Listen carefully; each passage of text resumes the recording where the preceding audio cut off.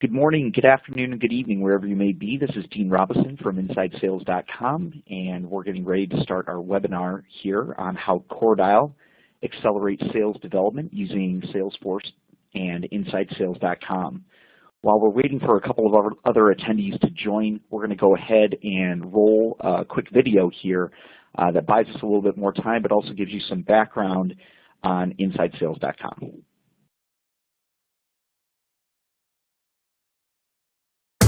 Speed. Speed is everything. But do you know what's better than speed? Smart speed. Using information to push performance. Using data to score more, win more, and even sell more. That's what we do. We help you sell smarter, faster, and more. We use data to predict and prescribe who to call, when to call, and even which deals will close. Do you know who you should contact if it's raining in the Northeast and sunny in the Midwest? Or which opportunity you should focus on during the baseball playoffs? What about which of your leads is ready to buy right now? We know, and we can tell you what to do, all at the click of a button. We do the heavy thinking so you can do the selling. It's not just speed, it's smart speed. It's sales acceleration built on the world's first predictive cloud for sales. So you can sell smarter, sell faster, sell more, and sell anywhere.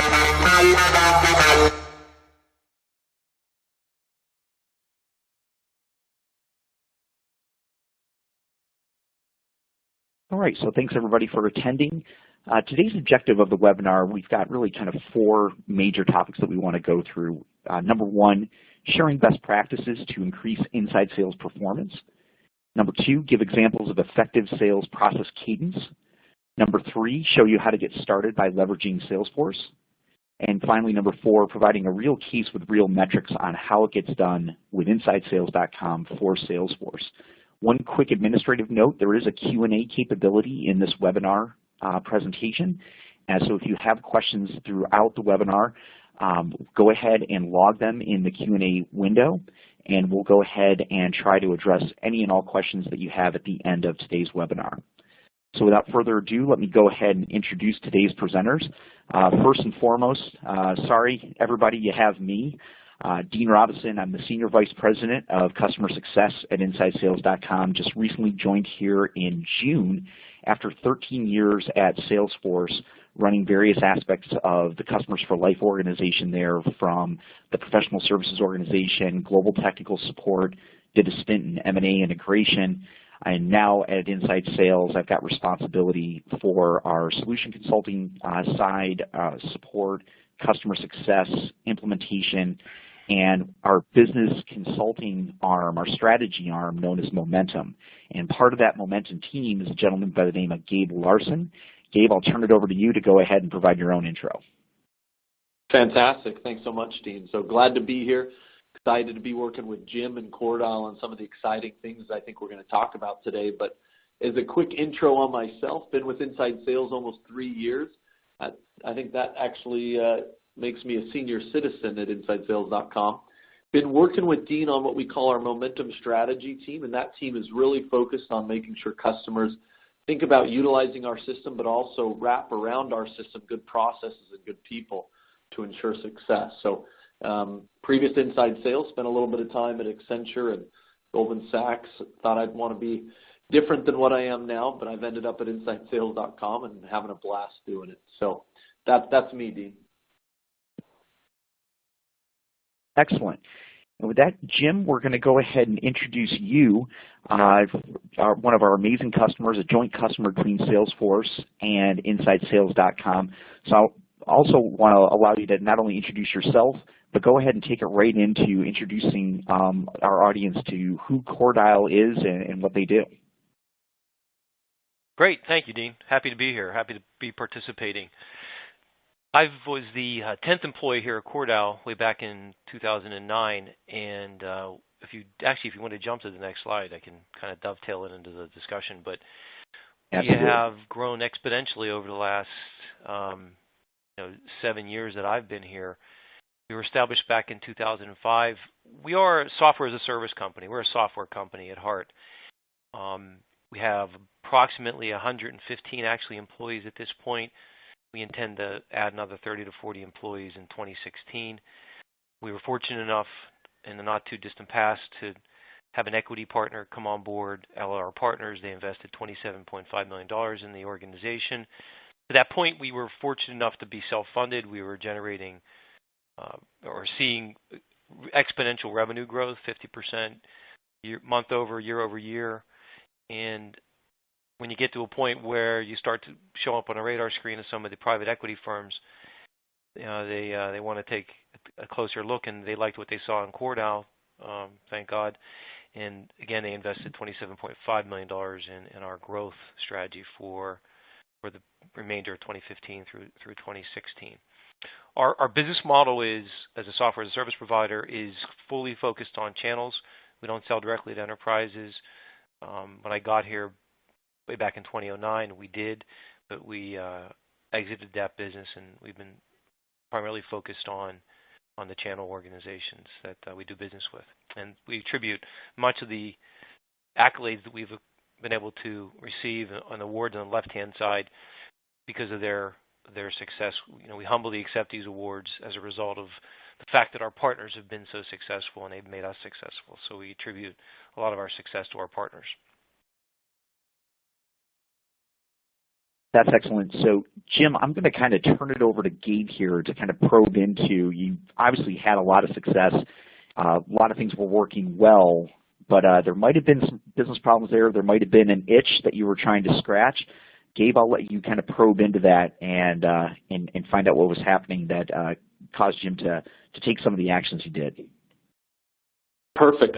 Thanks, Dean. So, Jim, I want to kind of make this fluid and hit on a couple points you and I have talked about, but interesting journey over the past year, partnering with Salesforce and the integration partner, CRM Manager, and then InsideSales.com.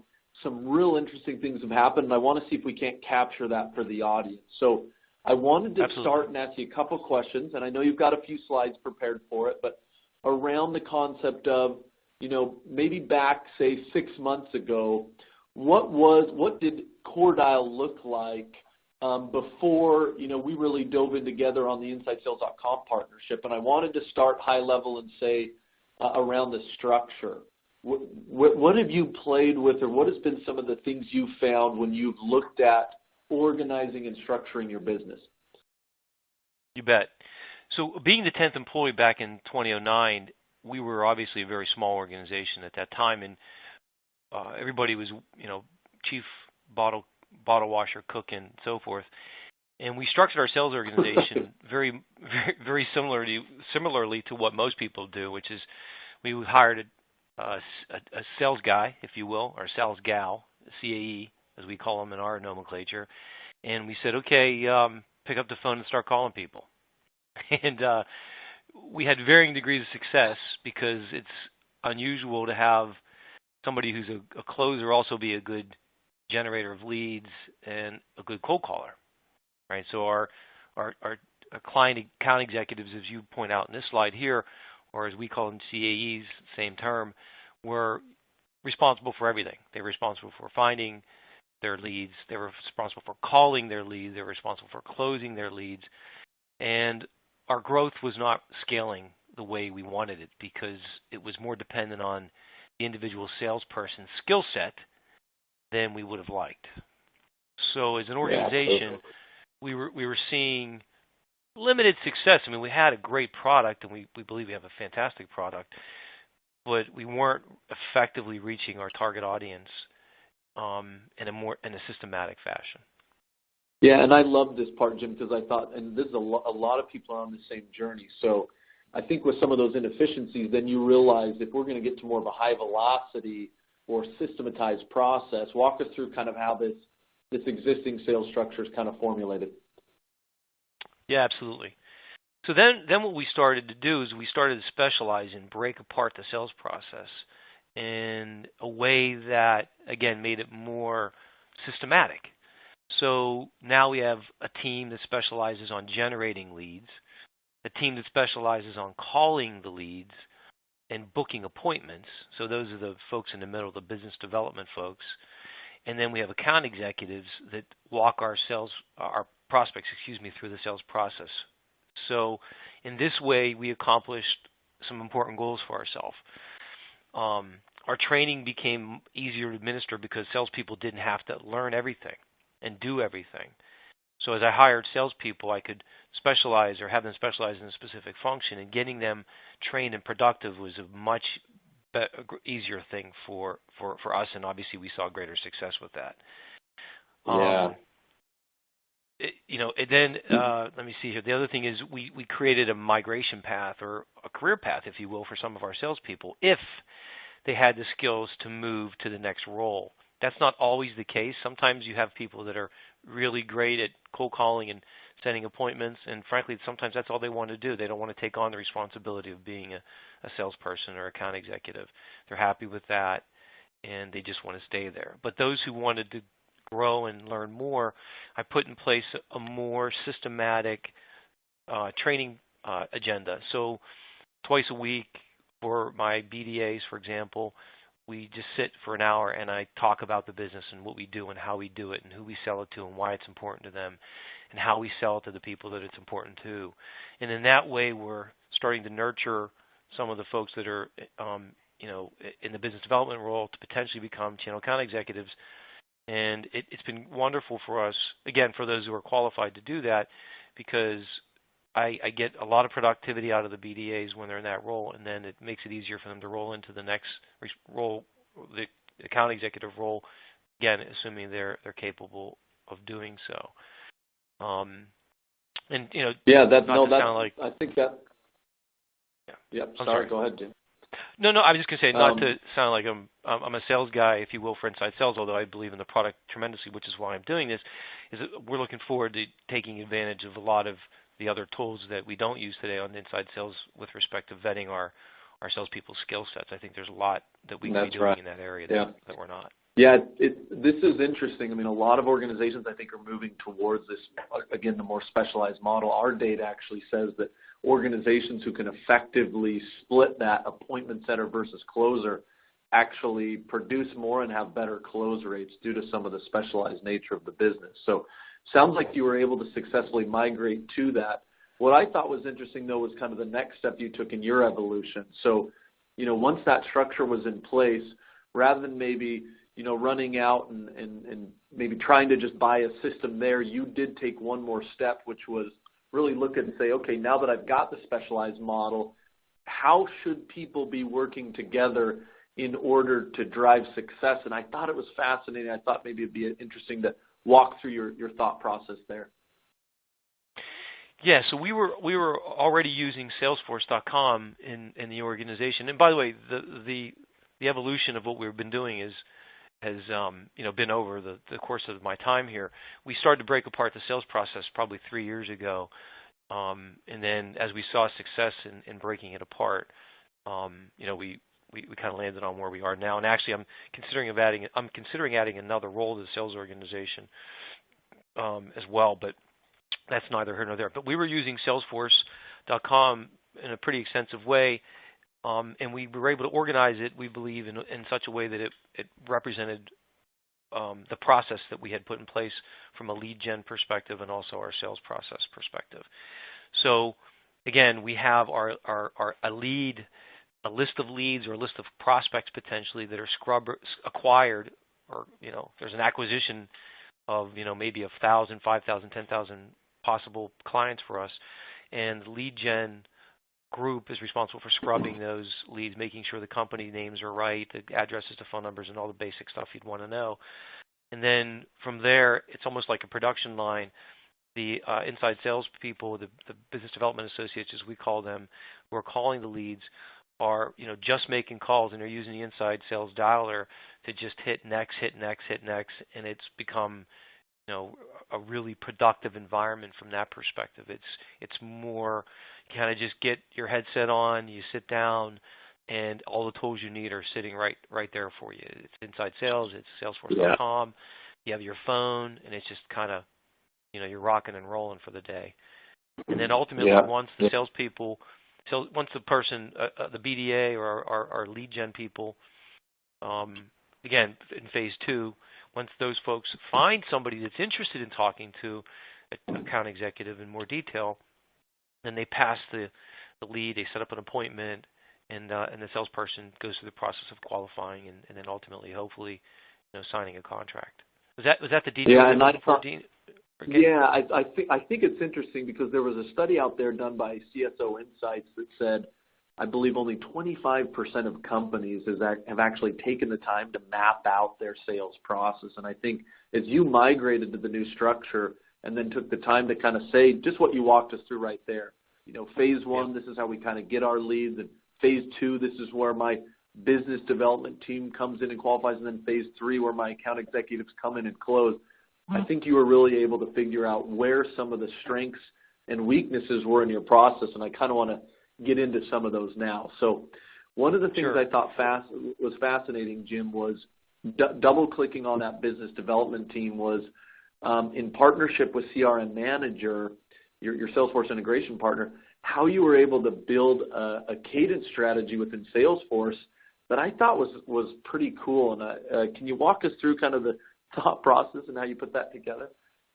Yeah, sure. Thank you. And actually, the prior slide that Gabe was just showing everybody, that came out of an engagement with Momentum, with the group that Gabe is a part of. We hadn't really taken the time to create a picture, if you will, or a flow chart of what we were doing. I mean, we could talk about it internally and whiteboard it, but it was actually very helpful in that prior slide to see how everything was actually laid out. And we were sort of pretty proud of ourselves when we saw that. We're like, wow, we did a pretty damn good job. But to Gabe's point, what we did was, what's that? No, I remember that. I thought it was actually, you guys had done a pretty decent job, so I'll validate that for you. But this slide here is pointing out that, and Gabe alluded to it a second ago, we engaged with CRM Manager, and they really had a big impact on our ability to get Salesforce to produce the things that we needed to produce, including dashboards, which we're going to talk about in a little bit. And actually, CRM Manager was the group that introduced us to Inside Sales. But once they became familiar with what we were trying to accomplish, they were able to automate with Inside Sales, or with Salesforce.com, our cadence that Gabe is showing you here. So we created a 6-call process, which is pretty industry standard. And actually, when Gabe came in to meet with us way back when, as a part of Momentum, he pointed out that we had kind of almost lucked into the fact that we had created 6-call process. I would be lying to everybody if I told you that we did it as a result of reading a book. We didn't. We just found that we were probably reaching 60-70% of the people we called after the fourth call or greater. So what we did is we created a 6-call process. Salesperson would create call 1 inside Salesforce.com, as an activity, an open activity. They'd come in, they'd make their call. CRM Manager programmed Salesforce.com to automatically set the next call 2 for 2 days out, and automatically send email 1, because at each call we had a separate voicemail and a separate email. We created, we created almost like a script, if you will, that took the prospect through 6 calls, 6 voicemails, and 6 emails that were slightly different depending on, obviously, the call. But the nice thing was what Gabe was alluding to is we automated that using Salesforce.com and CRM Manager, and we thought we were onto something until we got it further in the weeds with Inside Sales, and we realized that our cadence was right from the perspective of 6 calls, but the sequence of the calls and when we made the calls needed to be improved upon, which I know we're going to talk about. But this is what it looked like pre-Inside Sales. Right, and I thought that was most people, the cadence has definitely become a buzzword, I think, just in the whole sales acceleration space. But you've got these different versions of it. You've got kind of a SLA or a manual one that my team just kind of tries to do, quote unquote. Boy, I think you guys had taken it to a different level with CRM Manager in kind of building that into Salesforce. And then I do think, to your point, Jim, we've been able to even take that one step further. So cadence was pretty impressive. And then the other thing I thought was pretty neat was your ability and your extensive dashboards that you've done with with CRM Manager. I don't want to spend too much time on this, but it was something when I came in, I kind of had to take a step back and be like, holy smokes, you guys actually can see it, the whole kind of picture. So I thought it'd be interesting to talk about maybe a couple of the things that you found to be great on the side of business development, top of funnel, as well as kind of bottom of funnel with your account executives. So the second phase, again, of our sales process is the BDAs, or the business development associates, making the calls and setting the appointments. So the screenshot you see on the right is actually a screenshot of our actual dashboards that we created with CRM Manager, or CRM Manager created with us. And there's three basic things we're measuring. It's, contacts or dials. No contacts, so dials, and then contacts or approaches, as we call them internally, and then how many initial discussions were set by the BDAs for our account executives.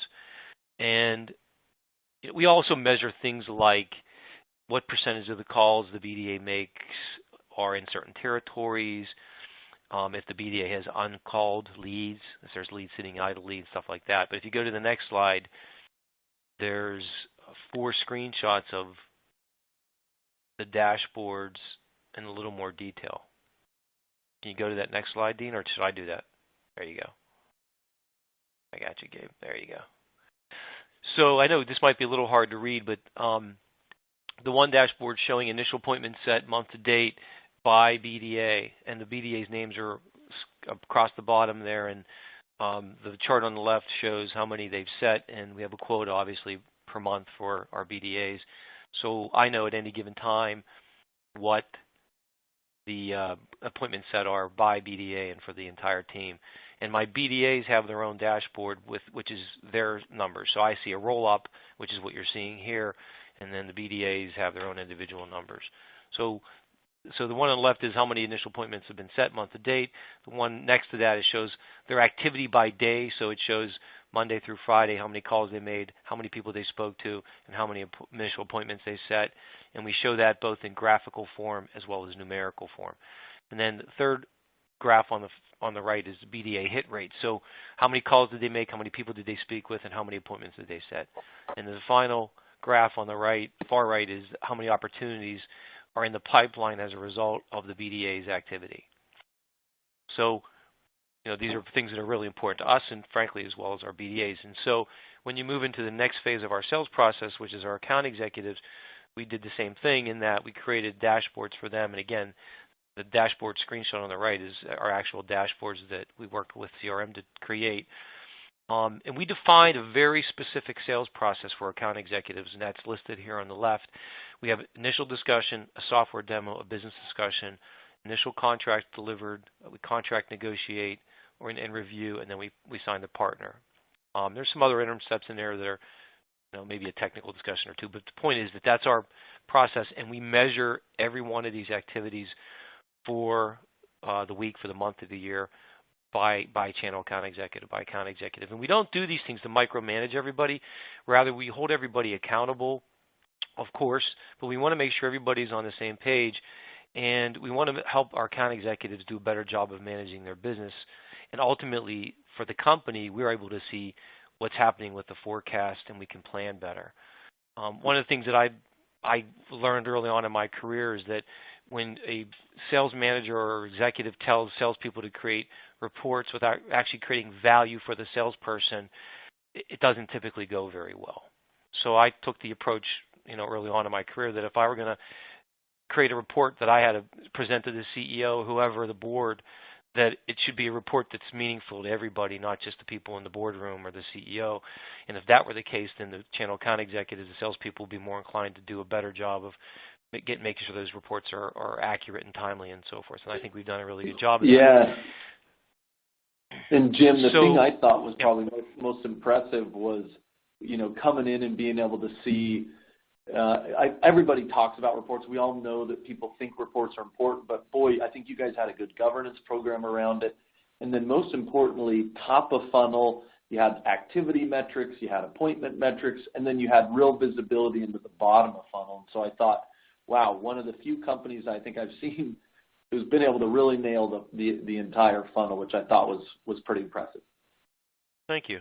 Yeah, I mean, and I don't want to belabor this because I apologize for running on, but in this slide you see there's activities from last week, and it's broken down by the activities on the prior slide. So how many initial discussions, how many software demos, how many business discussions, and so forth. And then from there we see the activities broken down numerically. So one's in graphical form, one's in numerical form, and then we show how many opportunities were created and killed for the month.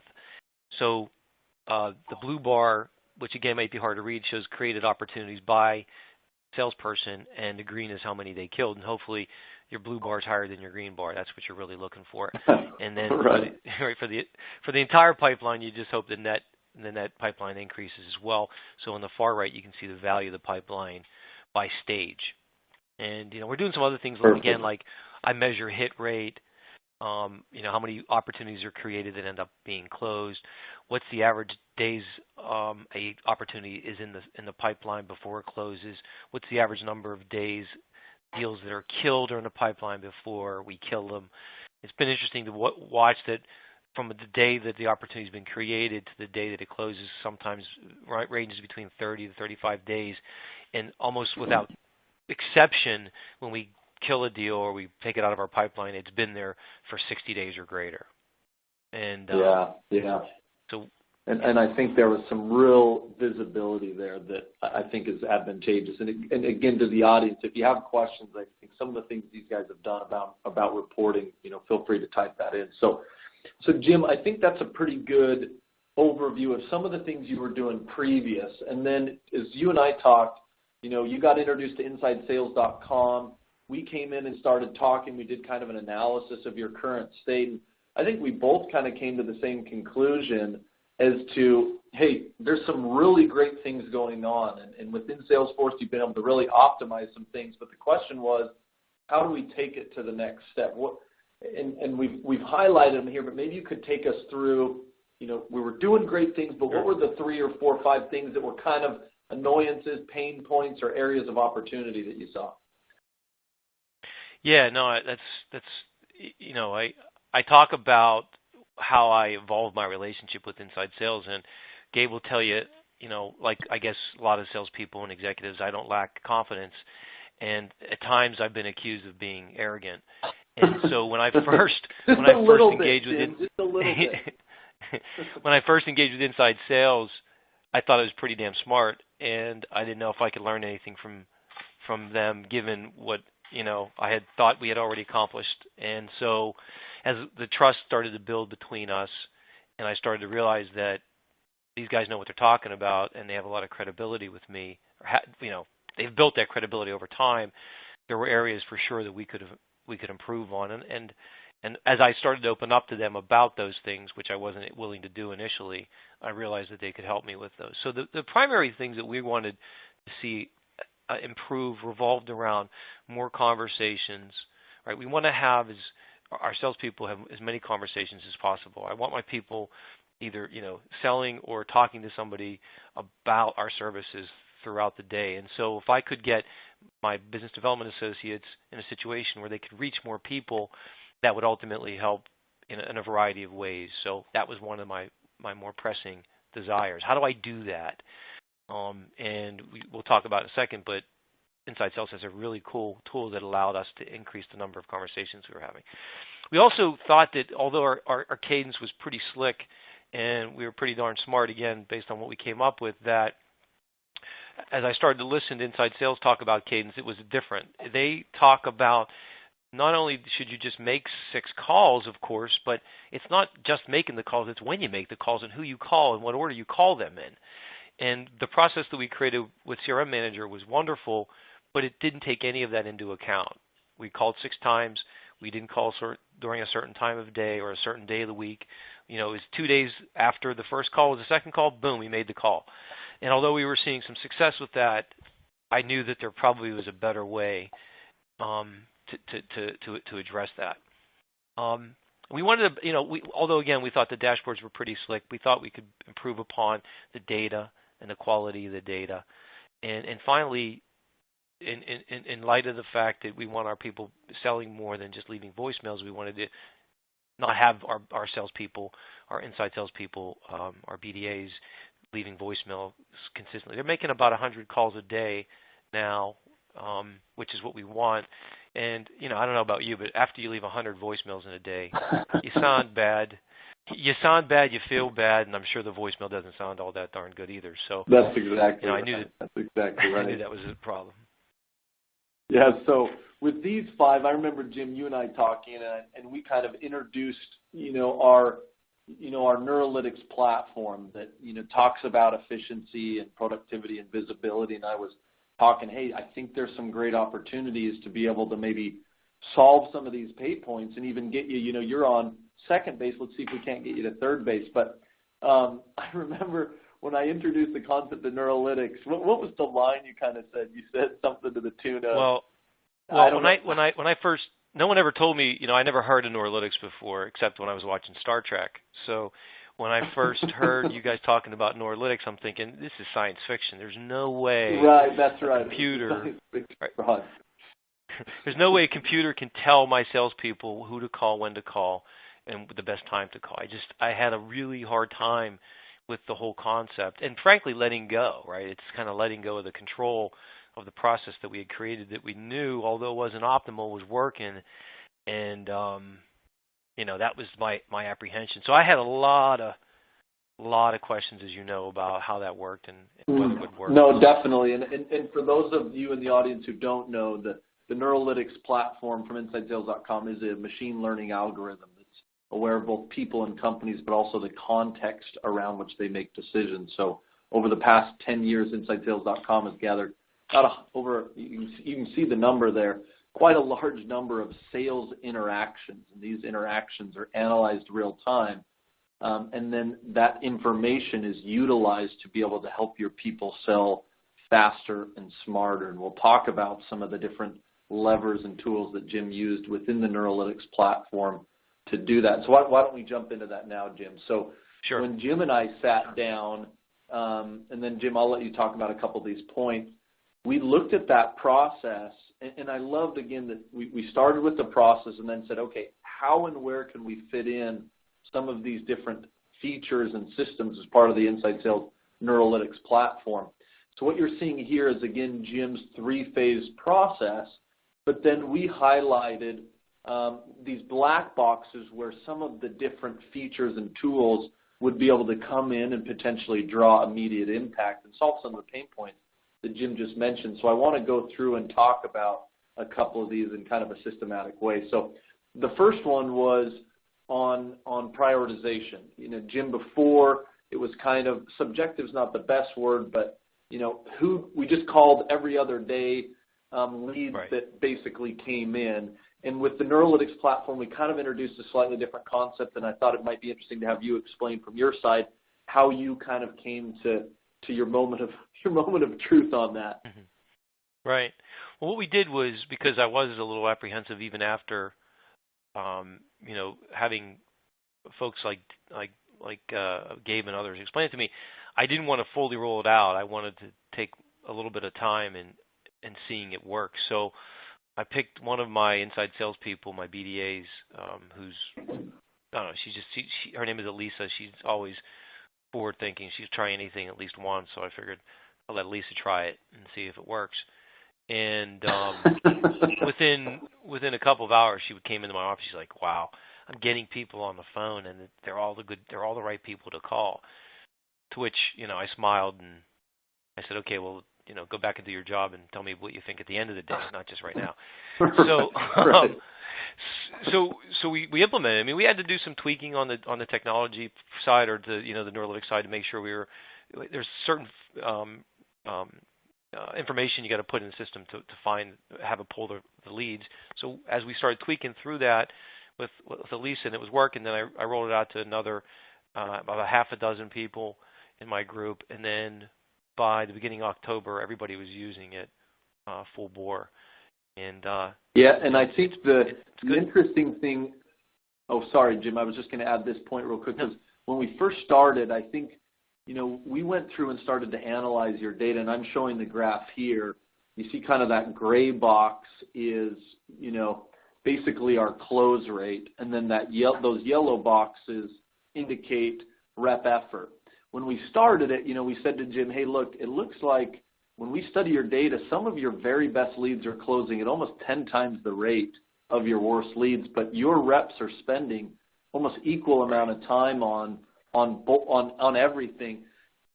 Now that we know what your very best leads are, let's start thinking about aligning the effort to those very best leads. And I think that, to your point, Jim, those are some of the stories you're talking about, where some of the reps came in and said, oh my goodness, this, I thought my gut was better than a system, but I'm feeling like this is really helping me sift through some of the junk and find those kind of pearls. Yep, absolutely. Yeah, I mean, I was teasing your folks when we first started using this, and they were talking about the data points that go into determining who the BDAs were going to call, and everything it was in there except shoe size. I mean, if the person's shoe size could be figured out, and we knew that they were more inclined to buy something, I would have really been blown away by that. But to your point, we have built-in. Sorry, go ahead. No, it's fine. I mean, thankfully, yeah, I think I need to go back and look at it, but I think with you guys, size of the company was a big one, website ranking.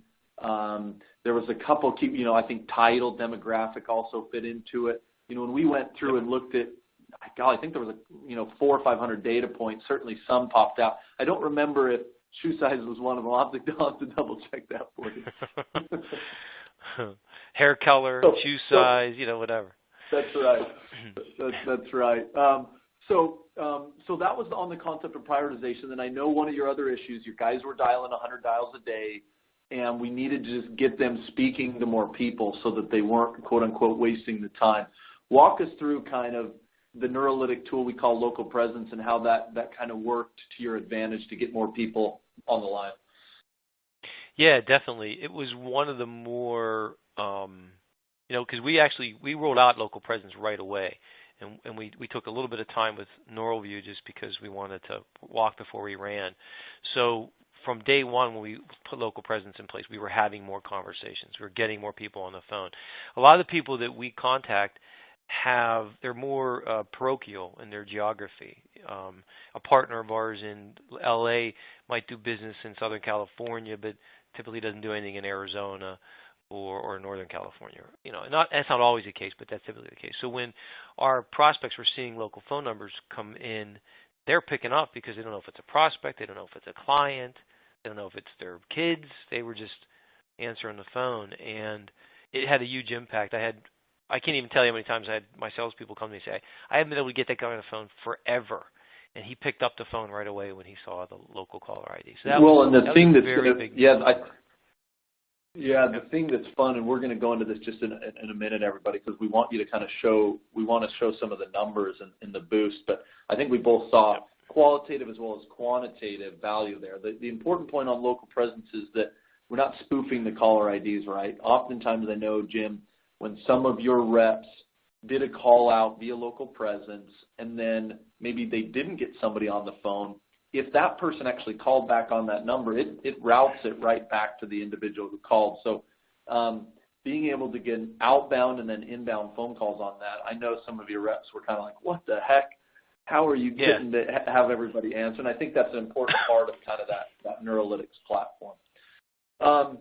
So as we continue to move on here, so the cadence, again, you guys were in a different place than most. What you'd done in Salesforce was very systematic, but the question was, how do we take that to the next level using some of these concepts around Neurolytics? And I wanted to kind of maybe walk through a quick example and then see if you couldn't add some color to it. So when I first came on, the way I explained it was, these business development reps were sitting down and they had a list that they were going to potentially go after. They didn't quite know who to go after and when to go after them, except for to follow what you had, built within CRM in Salesforce.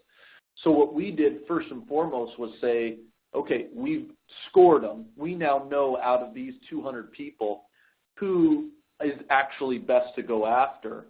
And then we said, let's see if we can't do this, where we actually shift it and make those people on top so that you're focusing on the right person at the right time and then we build in how often and when. And so rather than having it being kind of a manual cadence, it became more of a data-driven cadence within Salesforce that we got to. What kind of color would you add to that? Because I know it was an interesting experience to go from kind of optimized to even more optimized with InsideSales.com in this aspect. Yeah, I mean, I would just say that it's been eye-opening to recognize or to see that, you know, all things are not created equal, right? There's bias, and rightfully so, built into the system that you need to take advantage of. And so you don't want to just pick up the phone and call the next and call the next and call the next and call the next. I mean, you will certainly see through sheer force and effort success potentially with that, but it's way better, in my opinion, in my experience so far, to call more systematically, more methodically, more surgically, which is what I think NeuralView does, and the cadence that we use with NeuralView does. It just makes it a lot. Success rates are higher. Again, I can't tell you how many times I had a salesperson say to me, I can't believe that they told me to call this guy and I didn't want to call him, but I figured, okay, I'll just do it. And when they did it, they got the guy on the phone and they booked an appointment. And so that's what really turned my view on all this. Okay. Yeah, we had an interesting question come in from Stephanie that I think plays very well into here. She kind of said, look, you know, and this is the debate often, especially on a sales development team, you know, where is the balance of quality and quantity? And she said, hey, when you noticed you were getting more conversations because you were using some of these features and you were prioritizing the right people, where did you end on the activity? Right now, your expectation for your salespeople is what? About 100 calls a day, right? 100 calls a day, 28 initial discussions booked a month. And what I like, Jim, based on some of the stuff, you haven't lowered the threshold. We've just said, hey, keep the activity going. Now we've just added the quality. We're talking to more people and doing more, but let's see if we can't keep the effort in place. And I thought that was good to always be watching kind of that balance of quality and quantity. Some of my salespeople were having a difficult. Well, some of my salespeople were having a difficult time getting to 100 calls before we started using the Inside Sales PowerDollar. I mean, what I mean by that is it's just more of a manual process. So that helped smooth that over for some of the salespeople. And the other thing is, last month in October, when we had everybody finally using all the tools, I had 4 or 5 BDAs, business development associates. They had their best month they ever had since they've been with me. Yeah. So they're getting more people on the phone, and they're the right people. Perfect. So last piece here on thinking about more efficient ways to track and perform your activities. When we talked originally, great dashboards, you were getting the number of dials and even the number of emails, but both of us agreed having reps manually, you know, say that they did a phone call or manually say that they did an email was maybe not the most efficient way and maybe not the most accurate way to track those statistics. So can you talk briefly on how some of the tools were able to tighten those dashboards by making a streamlined process a little bit more efficient when it came to activity metrics? Yeah, I mean, because of the PowerDollar, we're able to, the salespeople are able to just click next, and all those activities are auto-populating our dashboards. So we had the dashboards in place already, and the way the information and before Inside Sales was getting in there is more manual and by nature. And with PowerDollar, it's all automated. So our dashboards, again, with the help of CRM Manager, were modified to take the data feed from PowerDollar and just auto-populate the dashboard. Yeah. So it's been great. Which I think, again, just allowed, because we've gotten a few questions around, I mean, how are you getting 100 dials a day from these people? But when you start to eliminate some of these inefficiencies, again, I think that you get some great reporting, but people have extra time. I mean, if you've got an extra hour a day, that can mean a lot more on the effort side of things, and I think we've been able to tap into some of that. So that covers kind of the 5 pain points and some of the ways we were able to partner with InsideSales.com and CRM Manager to deliver or solve some of those pain points. But when you and I was interested to see this, and last night when I was going over this again, Jim, on the next slide here, these numbers are actually amazing. Like really, impressive, thinking over basically like a 90-day, 120-day time period. Oops, sorry, one too many there. When it comes to, and we just mapped out kind of top to bottom, funnel, so calls all the way to deals won, and then kind of the change in that. But the headline says everything. 22% increase in kind of overall sales dollars there. Yep. Walk us through kind of what happened, because I was like, oh my goodness, that is the real deal. Yeah, so we were able to make more calls in general, which sales in a lot of ways isn't just an art; it's a science. So it's not completely surprising that if you call more people, you're going to get more people on the phone. But we started to call more people, and then because of some of the other things we mentioned earlier, like the local caller ID presence, we saw the number of people we were contacting increase pretty dramatically. And then you can see we had a huge spike in the number of initial appointments. We call them appointments set here, but we also call them initial discussions. And then that turned into 33 new leads or opportunities. And for the month of October, the leads that the BDAs found that we closed was 11. That's not all the deals we closed, but that's the percentage of the deals that came from BDA's efforts. Our salespeople still, they don't cold call, but they have relationships with people, introduce them to others. We have any inbound leads we get, and we don't get nearly the number of inbound leads that someone like, for example, we've talked about this, inside sales gets. But when we do get inbound leads, those are handled by the channel account executives directly, not the BDAs. So anyways, yeah, we saw across the board increase in everything. And the story there. Yeah, the story there I think is fantastic, and I think again it's the combination of thinking about people, systems, and processes. So I think that sums up. Dean, I think I'll throw it back to you. Maybe we've talked a little bit about where CoreDial was previous, some of the pain points they had, and then how we partnered together to kind of achieve that. And I'll pass it back to you maybe to move on to how we maybe summarize this and start thinking about some questions and answers. Yeah, I appreciate it, Gabe. Thanks. Yeah, this is what I heard, and I'm kind of summarizing these 4 critical points. Number 1, specialize, your sales teams. If you're at the right stage and the right process in your company, and you've got the ability to grow and get out of that generalist model, there is definitely some evidence out there demonstrated across numerous customers of ours, and a lot of data and evidence out there, and a lot of academia that says specialization is definitely going to get you different uplifts, here, there, and everywhere to help streamline, your sales program. Number 2, defining your sales process, having that embodied in an application like a CRM system, like a Salesforce, and then tweaking and tuning that is the next step. But getting that process defined, getting everybody on the same sheet of music so they're not a bunch of rogues and renegades running around doing their own thing, that's a critical component. Number 3, optimizing Salesforce, beginning the baselining, tracking activities, managing pipeline. We'll get to a number of questions here in Q&A on how to do some of that, but you have these amazing systems integration partners out there, like a CRM Manager that CoreDial is referenced here. They've got deep Salesforce skills. If you don't have the capability or the time or the wherewithal to kind of do this yourself, going into the Salesforce success community, reaping the best practices from that community, or turning to a systems integrator and getting some of that assistance is a great way to go. And then finally, number 4, accelerating the sales process with an application like InsideSales.com.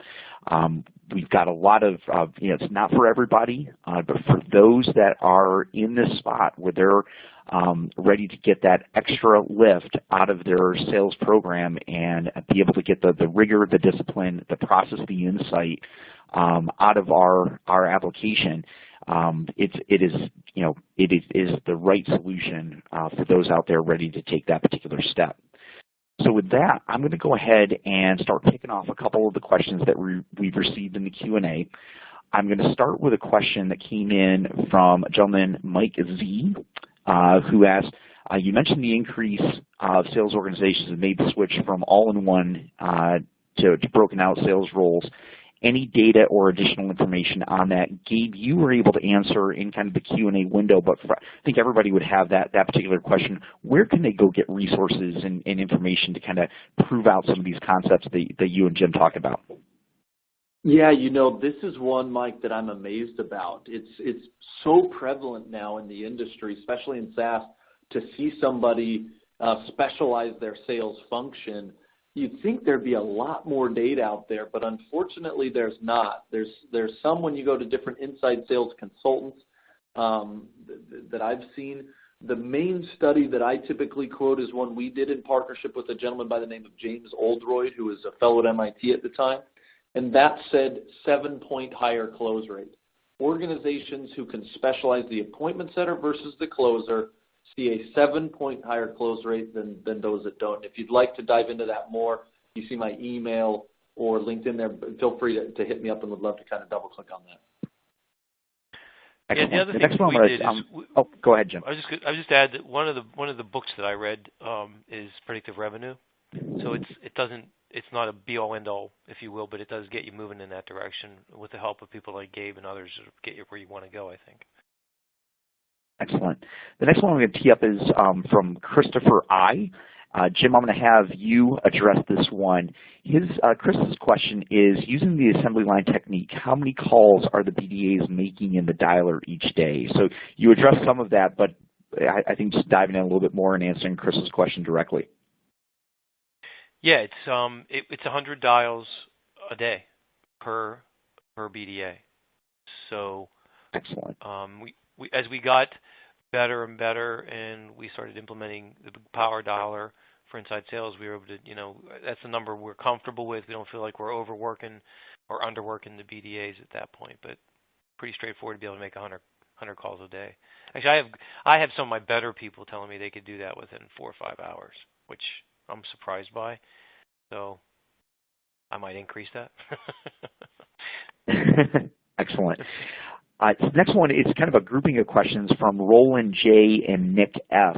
Kind of grouped together, and that is, you've shown a bunch of reports, a bunch of dashboards in here that reflect your sales process, kind of the progression through the sales funnel, and they're just, asking pretty basic questions around how do you reflect these things. I'll go ahead and take the first part of this one, but then Jim, Gabe, loved your insight and what you've seen out there in the field.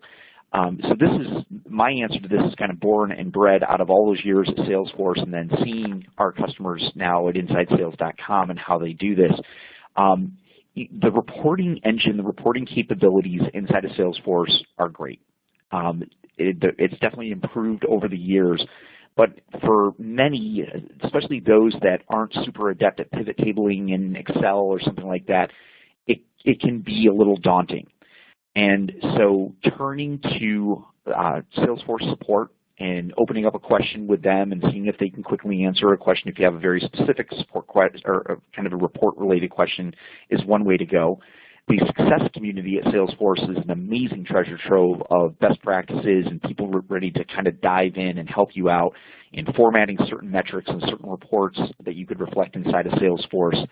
And then, yeah, those systems integrators out there, I mean, these guys are really, really good, and CRM Manager is one of the best of the bunch out there as far as reflecting and taking, and just showing whatever those business metrics are, capturing those time-based series and reflecting that inside of Salesforce in a dashboard or a report, using that expertise that you can get from the systems integrator is a great way to go if you just don't want to bang your head against the wall and try to figure it out yourself. So, Jim, I'm going to turn it over to you. Any other suggestions for the Rolands and the Nicks out there? Yeah, I think this is the thing that I wrestled with the most, honestly, as a VP of channel sales using Salesforce was I didn't have the time nor the, frankly, desire to become a Salesforce.com expert to make it do what I wanted it to do. And I kid you not, we probably had 3 or 4 different, Salesforce.com consultants, self-professed consultants come through the doors, and they could never get in place what I wanted. I knew what I wanted. I just didn't know how to make it happen. I've started to doubt it could ever happen with Salesforce.com. But once we engaged with CRM Manager, they everything I wanted, they were able to program the system to do. So like the Gabe's example where once a salesperson makes a call 1, call 2, call 3, to automatically send the email and automatically schedule the follow-up call. Everybody I talked to said, you can't make Salesforce.com do that. And that CRM Manager, he did it within a day, the guy that we engaged with, whose name is Loy. Same thing with the dashboards. I wanted the dashboards to be very, as I said earlier, very much meaningful to everybody, and I couldn't get them to produce the reports that I wanted. And so you got to find somebody who knows what they're doing, I guess, is the bottom line. And I know that's not easy sometimes. Excellent. Gabe, any other elements to add on that, or want to move on? No, I think you got it. Excellent. All right, I'm going to take the next one from Stephanie W. Jim, I think this is right in your wheelhouse. What is the average time spent per call? It is a minute to a minute and a half on average, because if we're leaving a voicemail, which again is automated, you're reaching about 10 to 12% of the people you call. So you're not only having 10 to 12 conversations a day, and those conversations are obviously going to be 10 to 15 minutes, typically, at the most. So if you average it out, it's like a minute to a minute and a half. I think actually we recently looked at that, and it was about 2 minutes, but I think it's actually under that. And the reason I say it's less than 2 minutes is with with inside sales, everything's looked at in 1 minute increments. But I have my own software that would indicate that it's less than 2 minutes, but it's around there, right in that area. Excellent. And then Roland is back again, frequent flyer in the Q&A window. Roland's question, the difference between appointments and conversations. Jim, I think, what is your definition in CoreDial? In a conversation, the way we define it, we also call it an approach, which means we spoke to somebody. Is just we get somebody on the phone and they're interested in talking. An appointment is that conversation results in an actual follow-up appointment being set for the channel account executive or for the sales guy. So you see, again, 100 calls, say 20 conversations, you book 2 to 3 appointments a day, somewhere in that area. Sometimes 1, sometimes none, but on average, it's about 1 to 2% of the people you actually call are the people that you set up appointments with. Excellent. Well, that's about it. Some of the other questions in the Q&A, we'll definitely get to that, but I think they're very specific to a given customer or a different element of a product that Inside Sales or Salesforce might have. So we'll definitely get to those and answer those offline. But we're coming up here with 2 minutes remaining at the top of the hour. We want to be respectful of everybody's time. Gabe, any closing comments, any closing thoughts? Yeah, I mean, I think the key here, if you're thinking about, Dean, I thought you summarized it perfectly. As you move towards more of an optimized inside sales department, think structure, think process, think systems. I think those 3 steps that Jim went through, partnering with a couple of the right partners, a little bit of a plug for us in CRM Manager, but I think that process really worked out, and I think I'd advise others to follow the same thing. Excellent. Jim, any final thoughts from you? No, I'm not the kind of guy that talks about this kind of stuff unless I believe in it. My eyes were opened, and I'm happy to help anybody. I mean, frankly, I wish somebody had helped me figure all this out 5 years ago. So I know how important it is to talk to people who've already done it. So if I can help in any way, I'd be happy to do so. I appreciate that. Jim, thank you so much for your time today. Gabe, you too. Hope you guys have a great Thursday. For those, everybody that attended the webinar, thank you so much for your time and attention. And if you have any questions, please feel free to reach out to any of us. You see our LinkedIn profiles, emails, things like that. Please reach out to any of us. We'll be happy to help. And that concludes today's webinar. Thank you. Thank you.